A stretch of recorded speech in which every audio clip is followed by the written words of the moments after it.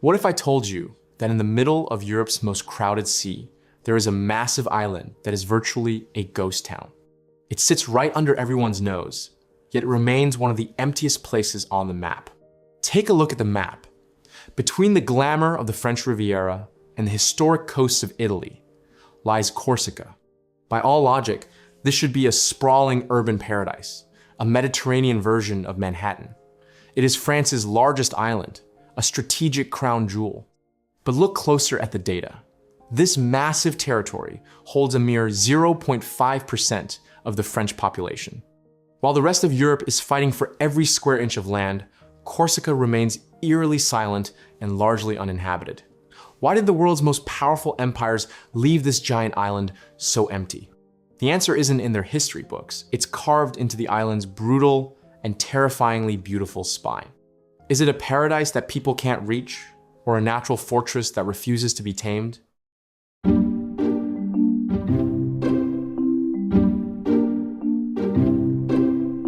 The mystery of Corsica's emptiness starts with a simple, cold number. 355,000. That is the total population of this giant rock. Compare that to its neighbor, Sardinia, which fuels the lives of 1.5 million people, or mainland France with its 69 million. This isn't just a small gap, it's a geographic anomaly. The truth is, calling Corsica an island is a mistake. It is a massive, jagged mountain range that just happens to be surrounded by water. A violent spine of granite and volcanic rock literally tears the island in two. This isn't a place of gentle slopes. We are talking about over 120 peaks that scream past 2,000 meters into the clouds. The king of them all, Monte Cinto, stands at a staggering 2,706 meters. To give you an idea of that scale, this island is higher than any peak in the United Kingdom and towers over the entire Appalachian Mountains of North America.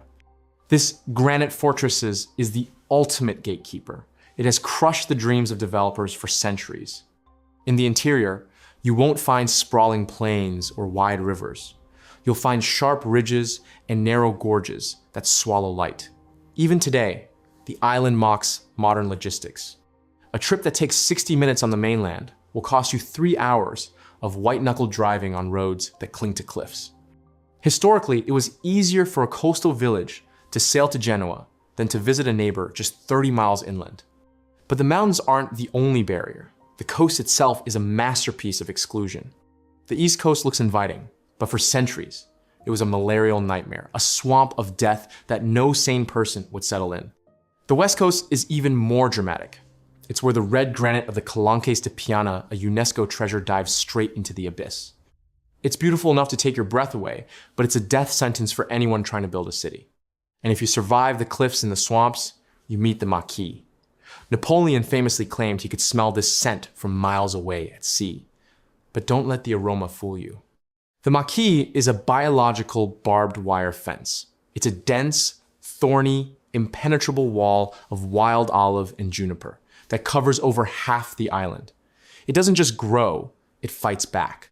It destroys your tools, your clothes, and your will to farm. In a land that fights human presence at every turn, how did a civilization even manage to survive, and what kind of people did it create?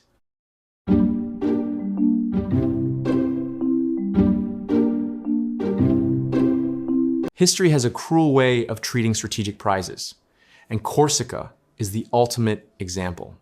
For 9 millennia, this island hasn't just been a home, it's been a fortress under permanent siege. While the world saw a Mediterranean jewel, the people living there saw a target on their backs. It's a place that has been bought, sold, and traded like a commodity by empires that never bothered to understand its heart. The struggle didn't start with modern politics. Since 9,000 years ago, when Stone Age travelers first touched these shores, the island has been a magnet for invaders. The ancient Greeks arrived in 565 BCE with stars in their eyes, naming it Calliste, the most beautiful. But beauty is a curse when you're a strategic waypoint. The Etruscans and Carthaginians soon followed, turning the coastline into a chessboard of ancient superpowers.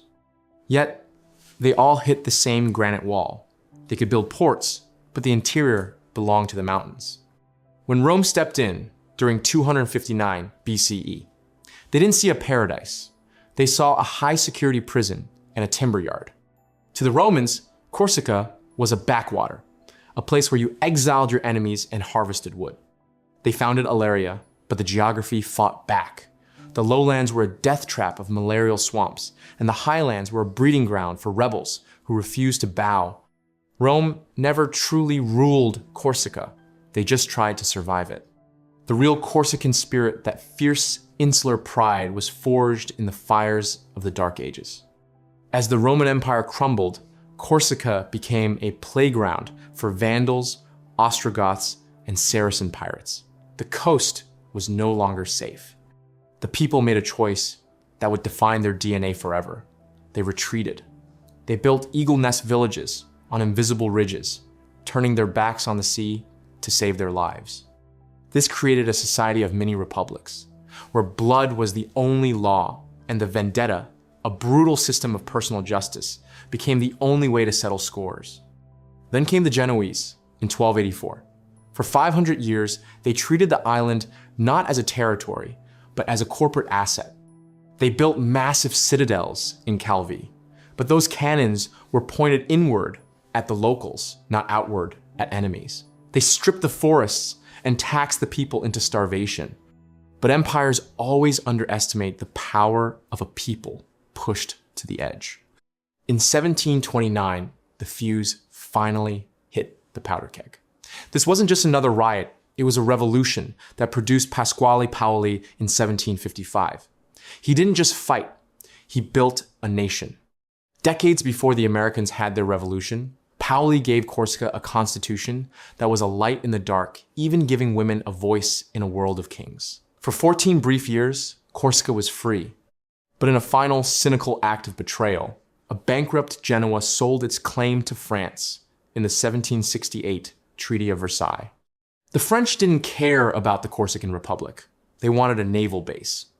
At the Battle of Ponte Novo in 1769, the dream of independence was drowned in blood by professional French bayonets. The island was literally sold to pay off a debt. And the crowning irony? Just months after this forced annexation, a boy was born in Ajaccio named Napoleon Bonaparte. The boy from a conquered island would one day grow up to conquer the very empire that had just enslaved his homeland. So, was Napoleon's rise a Corsican victory, or was it the final nail in the coffin of the island's true identity?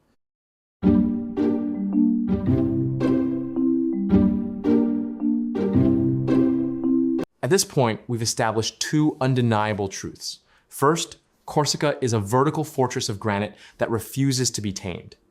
Second, its history is a 2,000-year-long siege that ended in a forced sale to France, not a willing union. But there is a massive question still hanging in the air. Today, Corsica is a modern region of France, a wealthy, developed European nation. It's a place of soul-crushing beauty, Mediterranean sunshine, and world-class beaches. So, why haven't the 69 million people of mainland France flooded the island? Why hasn't it been paved over with luxury resorts like the French Riviera or Provence? The answer is the final and perhaps most powerful piece of the puzzle: the Corsican people. To understand the island today, you have to understand one thing. Corsicans are Corsican first and French second. This isn't just a regional charm, it is a deep, foundational divide. In the minds of the locals, mainland France isn't an extension of their home, it is a separate entity entirely. This boundary is guarded by a language, Corsu. It isn't a French dialect, it's an Italo-Dalmatian tongue, much closer to the Tuscan of Italy than the Parisian of France. While French is for the government, Corsu is the language of the hearth, the village, and the resistance. For centuries, loyalty here wasn't given to a distant king in Paris. It was given to the family and the clan. Justice wasn't found in a courtroom. It was taken through the vendetta. While the blood feuds of the past are gone, they left behind a culture that is famously insular. You can visit as a tourist, But if you try to move in, buy land, or open a business, you will find an invisible wall. You will always be an outsider. This cultural friction has turned into a modern political firestorm. For the last 50 years, a powerful nationalist movement has fought to keep the island Corsican. On one side, moderates demand autonomy and new laws to stop wealthy mainlanders from buying up ancestral land for vacation homes, a colonization by the checkbook that drives locals out of their own market. On the darker side, this movement has seen decades of violence. For years, the National Liberation Front of Corsica waged a campaign of bombings, targeting government buildings and those half-built luxury villas of outsiders. The message to Paris was loud and clear. Corsica is not for sale. Although the armed struggle officially ended in 2014, the shadow of separatism still looms, creating a political tension that keeps mass migration at bay.